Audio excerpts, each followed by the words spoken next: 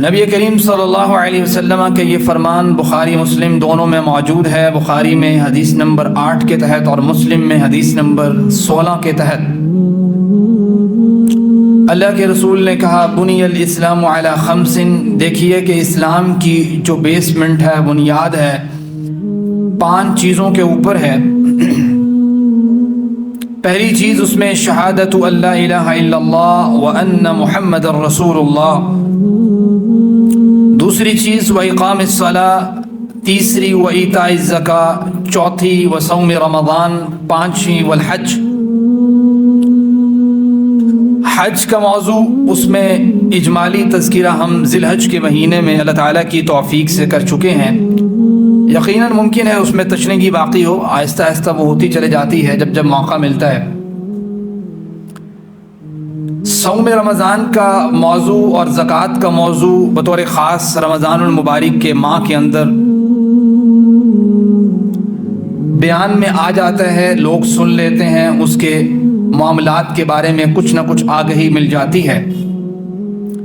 پہلے 2 موضوع بڑے ہی اہم ہیں، چونکہ باقی 3 موضوع تو میں نے کم از کم اللہ تعالیٰ کی توفیق سے تھوڑا بہت اجمالی تذکرہ اس کا کر چکا ہوں۔ پہلا موضوع ہے شہادت اللہ الہ الا اللہ وان محمد الرسول اللہ، اور دوسرا موضوع ہے اقام الصلاۃ۔ جو موقع اللہ تعالیٰ دیتا رہے گا ہم ان 2 اہم چیزوں کے اوپر بھی اچھے طریقے سے اجمالی تذکرہ کم از کم ضرور کر لیں، ڈیٹیل میں نہ جائیں۔ آج کی جمعۃ المبارکہ میں ہم نے شہادت اللہ الہ الا اللہ وان محمد الرسول اللہ کا تذکرہ کرنا ہے، اور یقیناً یہ کلمہ چھوٹا کلمہ نہیں ہے کہ اس کو ایک جمعے کے اندر ہی بیان کر دیا جائے۔ اجمالاً بھی ہم کوشش کریں گے کہ اس کا کچھ نہ کچھ حصہ ڈسکس کر لیں۔ دیکھیں، لا الہ الا اللہ محمد الرسول اللہ، اس کلمے کے بارے میں آگہی نہ ہونا، اس کے شرائط کے بارے میں پتہ نہ ہونا، اس کا اچھے طریقے سے معنی و مفہوم سے واقف نہ ہونا، یہ انسان کو فتنے میں ڈالتا ہے۔ جتنے آپ کو فتنے نظر آتے ہیں، اگر کسی شخص کو کلمہ لا الہ الا اللہ کی پہچان نہیں ہے تو وہ فتنے میں بڑے آسانی سے ڈل جاتا ہے۔ نہیں تو اگر جس شخص کو اس کلمے کا اصل معنی اور مفہوم پتہ ہے تو یہ کلمہ اسے فتنوں کے معاملات میں بڑی ڈھال کے طور پہ سپورٹ کرتا ہے۔ لا الہ الا اللہ محمد رسول اللہ کے بھی 2 حصے ہیں، ایک حصہ لا الہ الا اللہ ہے اور دوسرا حصہ محمد الرسول اللہ ہے۔ پھر جو حصہ لا الہ الا اللہ ہے اس کے بھی آگے 2 حصے ہیں، ایک حصہ لا الہ ہے اور دوسرا حصہ الا اللہ ہے۔ یعنی اس کو اگر ہم اس طریقے سے الگ الگ کر کے دیکھیں تو یقیناً ہمیں اس کا معنی سمجھنے میں آسانی ہوگی۔ پہلا جو کلمہ ہے جس کو کہا لا الہ الا اللہ، دوسرا کلمہ اس کا معنی یہ ہے کہ لا الہ، کوئی الہ نہیں ہے۔ گویا نفی کا کلمہ ہے لا الہ، اور پھر اس بات کا کلمہ ہے آگے الا اللہ۔ نفی کو سمجھنا بھی اس قدر ضروری ہے جس قدر اس بات کو سمجھنا ضروری ہے،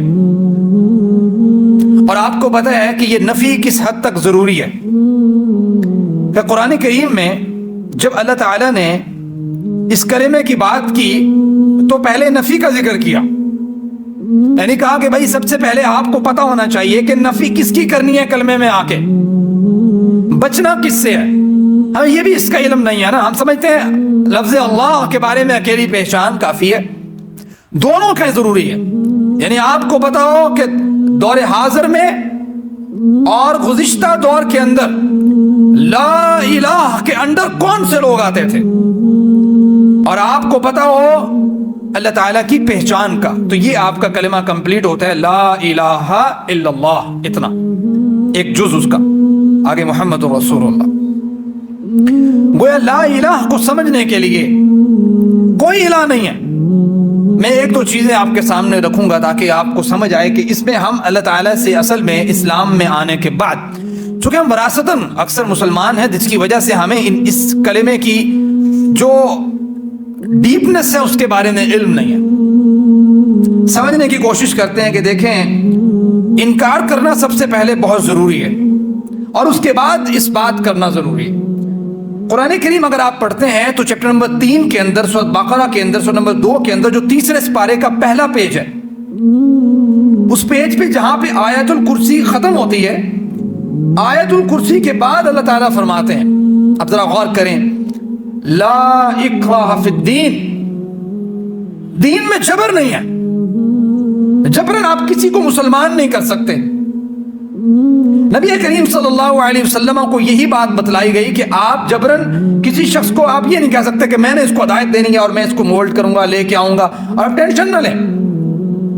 اس لیے قرآن کریم نے بارہا یہ بات کہی فَلَعَلَّكَ بَاخِعٌ نَفْسَكَ عَلَىٰ آثَارِهِمْ إِن لَّمْ يُؤْمِنُوا بِهَٰذَا الْحَدِيثِ أَسَفًا. اور دوسرا مقام فَذَكِّرْ إِنَّمَا أَنتَ مُذَكِّرٌ لَّسْتَ عَلَيْهِمْ بِمُسَيْطِرٍ وَلَا إِكْرَاهَ فِي الدِّينِ. دین میں زبردستی نہیں ہے، جبر نہیں ہے کہ جبرن کسی کو آپ مسلمان کر لیں. کیوں؟ کیونکہ قد تبین الرشد من الغی، یقیناً واضح ہو گئی ہدایت گمراہی سے. یعنی اگر کوئی سمجھنا چاہے، دیکھنا چاہے، قرآن کریم پڑھنا چاہے، دعوت اللہ کی طرف آنا چاہے تو اس کو یہ بات پتہ لگ جائے گی کہ رشد غی سے اللہ تعالیٰ نے الگ کر دی.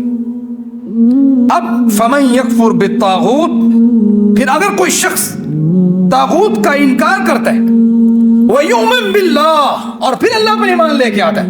دیکھ رہے ہیں قرآن کریم نے پہلے کیا کہا، یعنی قرآن کہتے ہیں فمن یکفر بالطاغوت، سب سے پہلے آپ کو انکار کرنا ہے طاغوت کا، لا الہ کا انکار کرنا ہے. پتا ہو آپ کو کہ لا الہ کس کا انکار کر رہے ہیں آپ؟ موجودہ خداؤں کا جو لوگوں نے بنا رکھے ہیں، اور جو پیچھے کبھی کسی نے ماضی کے اندر کسی کو خدا اپنایا تھا، آپ کو پتا ہو لا الہ میں اس کا میں انکار کر رہا ہوں. فمن یکفر بالطاغوت، ہدایت کے واضح ہو جانے کے بعد جو شخص طاغوت کا انکار کرے، ویؤمن باللہ، پھر اس بات آتا ہے اور اللہ پر ایمان لے کے آئے، فقد استمسک بالعروۃ الوثقی، یقیناً اس نے ایک زبردست قسم کی رسی کو تھام لیا، کڑے کو تھام لیا جو اس کو ضائع نہیں ہونے دے گا. فرمایا کہ لن انفصام لہا، وہ اس شخص کو کبھی چھوڑے گا نہیں. یعنی پتا ہو انسان کو یکفر بالطاغوت کا ویؤمن باللہ کا، دونوں کی پہچان ہو، یہ شخص لن انفصام لہا، یہ کہیں نہیں جاتا فتنے جتنے مرضی آ جائیں. اصل مسئلہ یہ ہے کہ ہمیں لا الہ الا اللہ کی پہچان ضروری ہے. لن انفصام لہا واللہ سمیع علیم.